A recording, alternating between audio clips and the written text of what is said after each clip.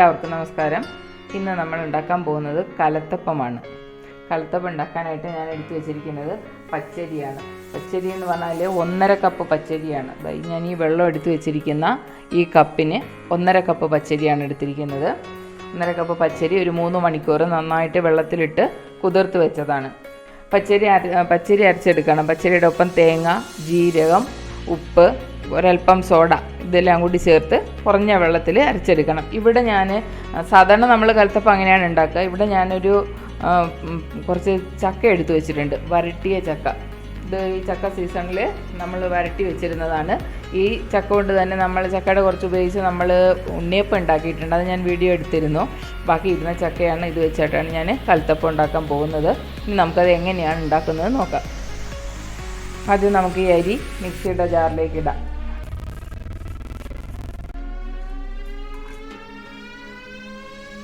ഇത് 1/4 കപ്പ് തേങ്ങയാണ്. തേങ്ങ ഞാനിതിലേക്ക് ചേർക്കുന്നു. ഇനി 1 ടീസ്പൂൺ ജീരകം, നല്ല ജീരകം ചേർക്കുന്നു.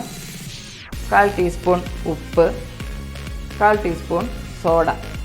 ഇതിൻ്റെ ഒപ്പം ഈ ചക്കയും ചേർക്കുന്നു. ഇത് ഈ 1 കപ്പ് വെള്ളം ഒഴിച്ച് നന്നായി അരച്ചെടുക്കണം. അത് അരയ്ക്കുന്ന നേരത്ത് തന്നെ നമ്മൾ ഈ 4 അച്ച് വെല്ലം ഒന്ന് പൊടിച്ചിട്ട് 1 ഗ്ലാസ് വെള്ളം ഒഴിച്ച് നന്നായിട്ട് ഉരുക്കിയെടുക്കണം. അങ്ങനെ നമ്മൾ അരി അരച്ച് കഴിഞ്ഞു. ആ അരച്ച അരി നമുക്ക് ഈ ബൗളിലേക്ക് ഒഴിക്കാം. ഇനി നമ്മൾ വെല്ലം ഉരുക്കി കഴിഞ്ഞു. ശർക്കര ഞാൻ ഉരുക്കിയത് ചൂടോടെ തന്നെ ഇതിലേക്ക് ഒഴിക്കുകയാണ്. നമ്മൾ ഇത് ഒഴിക്കുമ്പോൾ തന്നെ ഇളക്കി മിക്സ് ചെയ്തുകൊണ്ടിരിക്കുകയും ചെയ്യണം.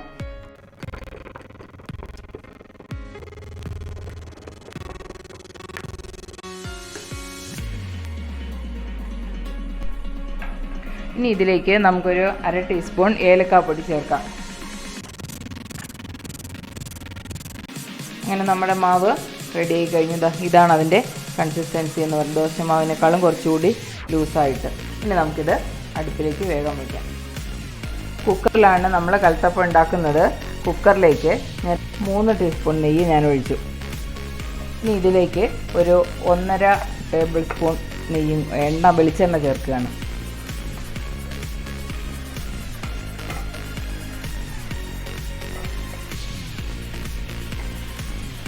ചൂടായ നെയ്യിലേക്ക് കുറച്ച് തേങ്ങാക്കൊത്ത് ചേർക്കുകയാണ്.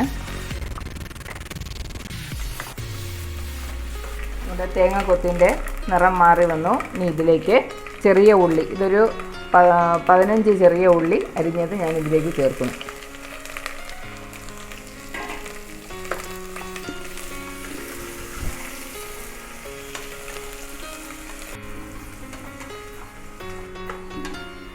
ഉള്ളിയും തേങ്ങയും ഒക്കെ ഏകദേശം മൂത്ത് കഴിഞ്ഞു. ഇനി ഇതിലേക്ക് ഞാനൊരു 1.5 ടേബിൾ സ്പൂൺ എള്ള് ചേർക്കുകയാണ്.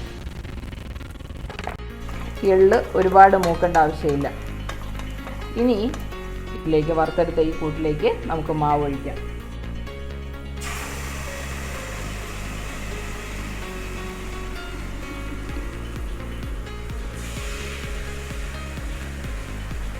ഇപ്പോൾ ലോ ഫ്ലെയിമിലാണ് തീ ഉള്ളത്. ഇനി ഈ മാവെല്ലാം നമ്മൾ ഒഴിച്ച ശേഷം ആദ്യം 2 മിനിറ്റ് മീഡിയം ഫ്ലെയിമിലും അതിനുശേഷം ലോ ഫ്ലെയിമിലും വെച്ച് ഇത് വേവിച്ചെടുക്കണം. കുക്കർ മൂടുമ്പോൾ അതിൽ വെയിറ്റ് ഇടാതെ വേണം നമ്മൾ കുക്കർ മൂടാനായിട്ട്.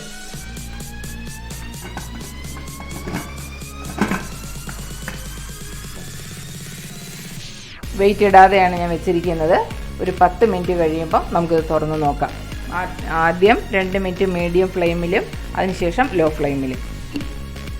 അങ്ങനെ നമ്മുടെ കലത്തപ്പം റെഡി ആയിട്ടുണ്ട്. ഇത് വേവാൻ 12 മിനിറ്റാണ് എടുത്തത്.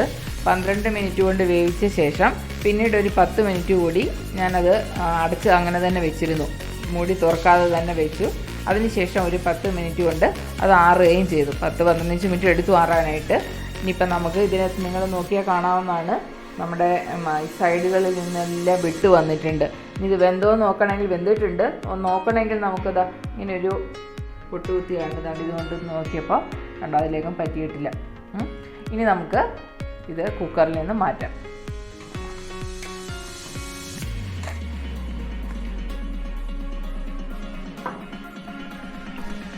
അങ്ങനെ നമ്മുടെ കൽത്തപ്പ പാത്രത്തിൽ നിന്ന് വിട്ട് കിട്ടി തീരെ കരിഞ്ഞിട്ടില്ല.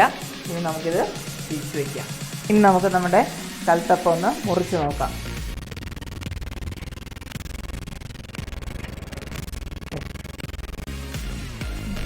കണ്ടില്ലേ, കൽത്തപ്പം നല്ല സ്പോഞ്ച് പോലെ ആയിട്ടുണ്ട്. നല്ല സ്മൂത്താണ്. വളരെ കുറഞ്ഞ സമയം കൊണ്ടാണ് നമ്മളിത് ഉണ്ടാക്കിയത്. ആ മാവ് കൂട്ടുന്നതിനുള്ള പാകം കറക്റ്റാണെങ്കിൽ നല്ല പാകത്തിന് തന്നെ കിട്ടും. എല്ലാവരും ട്രൈ ചെയ്ത് നോക്കുക. വിവരങ്ങൾ ഞങ്ങളെ കമൻറ്റ് ബോക്സിൽ എഴുതി അറിയിക്കുക.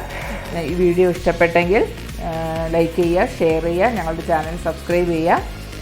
നിങ്ങൾ എല്ലാവർക്കും കഴിയും. You can do. Thank you.